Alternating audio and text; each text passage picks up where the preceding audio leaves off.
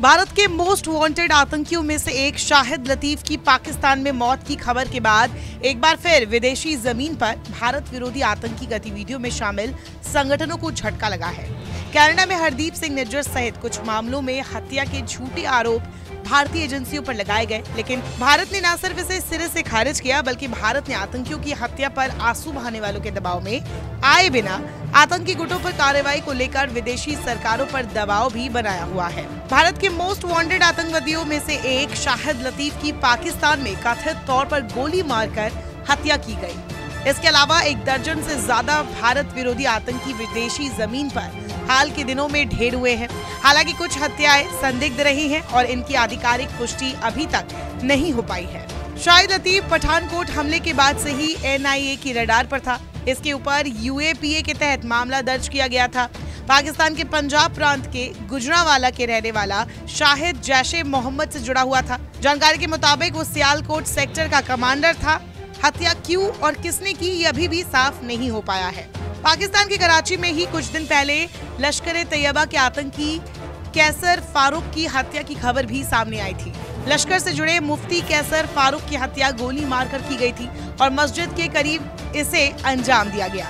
इसके अलावा लश्कर-ए-तैयबा के सरगना हाफिज सईद के बेटे कमालुद्दीन की मौत की भी खबर सामने आई थी। हालांकि इसकी पुष्टि नहीं की गई। कुछ लोग उसे हाफिज का भतीजा बताते हैं। कहा जा रहा है कि कुछ अपहरणकर्ताओं ने उसकी हत्या कर दी है। बता दें, कमालुद्दीन सईद 26 सितंबर 2023 से लापता बताया जाता है और अब उसकी मौत की भी खबर है। विदेशों में भारत विरोधी आतंकियों की हत्या का मौजूदा सिलसिला कुछ सालों पहले शुरू हुआ था, खासकर कि 2019 में, लेकिन सबसे ज्यादा मामले 2022 से सामने आने लगे।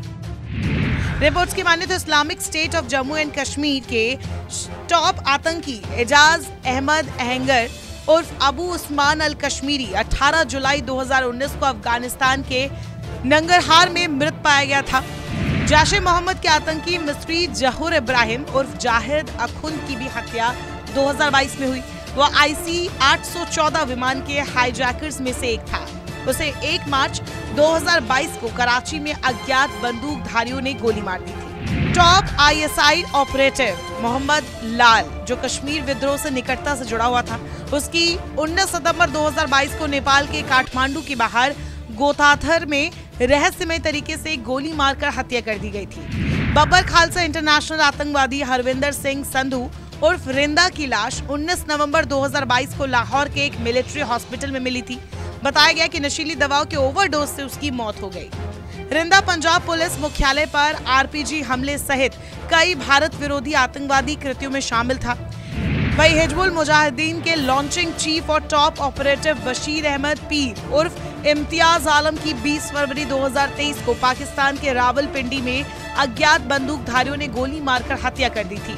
उसके बाद अलबदर मुजाहिदीन के पूर्व कमांडर सैयद खालिद रजा की 26 फरवरी 2023 को कराची में हत्या हुई। एक प्रमुख जिहादी विचारक सैयद नूर शोलावर की 4 मार्च 2023 को पाकिस्तान के खैबर पख्तूनख्वा के 12 खैबर में हत्या हो गई थी। खालिस्तान कमांडो फोर्स के प्रमुख और भारत में टॉप वांछित आतंकवादी परमजीत सिंह पंजवार को 6 मई 2023 को पाकिस्तान के लाहौर में मार दिया गया।